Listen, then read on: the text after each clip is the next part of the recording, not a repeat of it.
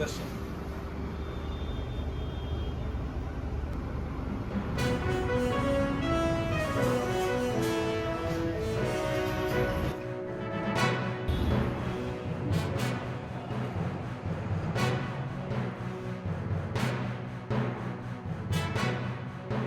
ನಾಲ್ಕು ವರ್ಷದಿಂದ ನನಗೆ ಚೆನ್ನಾಗಿ ಉಪಯೋಗ ಬಂದಿದೆ. ಮತ್ತು ಎರಡನೇದು ಈಗ ನಂದು ಇನ್ನೊಂದು ಹೊಸ ಬಿಲ್ಡಿಂಗಿಗೆ ಕಮರ್ಷಿಯಲ್ ಹಾಕಿದ್ದೀನಿ. ಮೊದಲನೇದು ಹಾಕಿದ್ದು 15 kV, ಎರಡನೇದು ಹಾಕಿರೋದು 5 kV. ಮನೆಗೂ ಸಹಿತ ಈ ವರ್ಷ ಹಾಕಿಸ್ತಾ ಇದ್ದೀನಿ. ಮನೆಗೇನಂದರೆ ಕಮರ್ಷಿಯಲ್ ಆದರೆ ರೇಟ್ ವರ್ಕೌಟ್ ಆಗುತ್ತೆ. ಈಗ ಸಬ್ಸಿಡಿ ಇರೋದ್ರಿಂದ ಮನೆದು ಹಾಕ್ಸಿದ್ರೆ ಉತ್ತಮ. ಉಪಯೋಗ ಬೇರೆ ಬೇರೆ ರೀತಿಯಲ್ಲಿದ್ದರೂ ಕೂಡ ಪ್ರಕೃತಿಗೆ ಯಾವುದೇ ಹಾನಿಯಾಗದಂತೆ ವಿದ್ಯುತ್ತನ್ನು ಕೊಡುವಂಥದ್ದು ಸೋಲಾರ್ ಮಾತ್ರ.